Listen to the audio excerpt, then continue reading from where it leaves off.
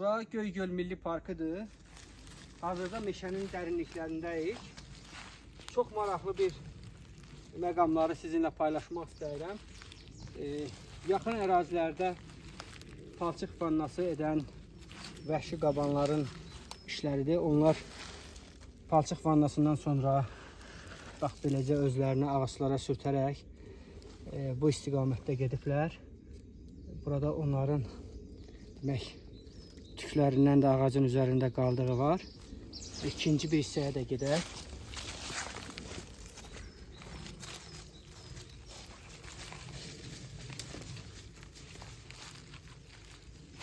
Görürsünüz bax burada da ağaçların üzərində qabanların sürtüldüyü açıq aydın görünməkdədir. Görünürdə hal-hazırda Milli Parkın ərazilərində çox yerdə müşahidə olunmaqdadır. Fauna aləminin Milli Parkda getdikcə çoxalması həqiqətən də ürək açandır. Ciddi şəkildə mühafizə işlərinə davam etməkdəyik.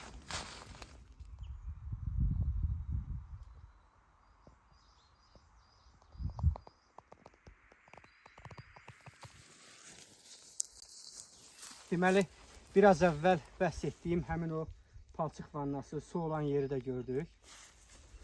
Çox güman ki, yeni ərazidə olubsa, suyun da bulanıq olması bunun göstəricisidir. Daha gözəl bir məqamla da rastlaşdım. Demək, ərazidə olan Qafqaz maralının buynuzunu müşahidə edirik. O, demək, hər il buynuzunu salır və neçə illərdir onun buynuzu ilə qarşılaşmırdıq. Və keçən ildə bu hissədə olmuşam. Burada buynuz yox idi. Çox sevindirici haldır. Onlar öz arealında azad, sərbəst, gözəl dolaşırlar və hər ildə belə buynuzları yəqin ki, meşənin çox yerlərində saldıqları var. Bugün də meşələrdə gəzmək, təbiət qoynunda gəzmək məni bununla qarşılaşdırdı. Çox sevinirəm. Biz onun həm buynuzlarından əlavə video görüntülərini də qeydə almışıq. Belə təbiət gözəldir. Təbiəti qorumağa davam edək.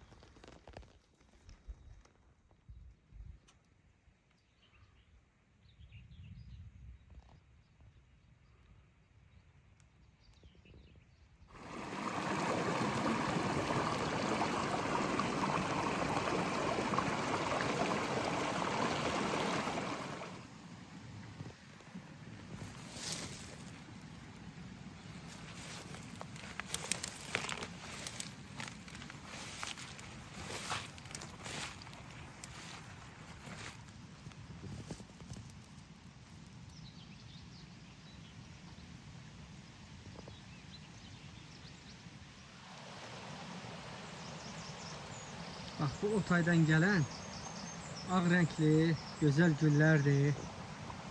Sanki bir gəlinlik giyinmiş gözəllərdir. Çox maraqlıdır. Üzü belə dağlara, Murov dağları istiqamətində gedirlər.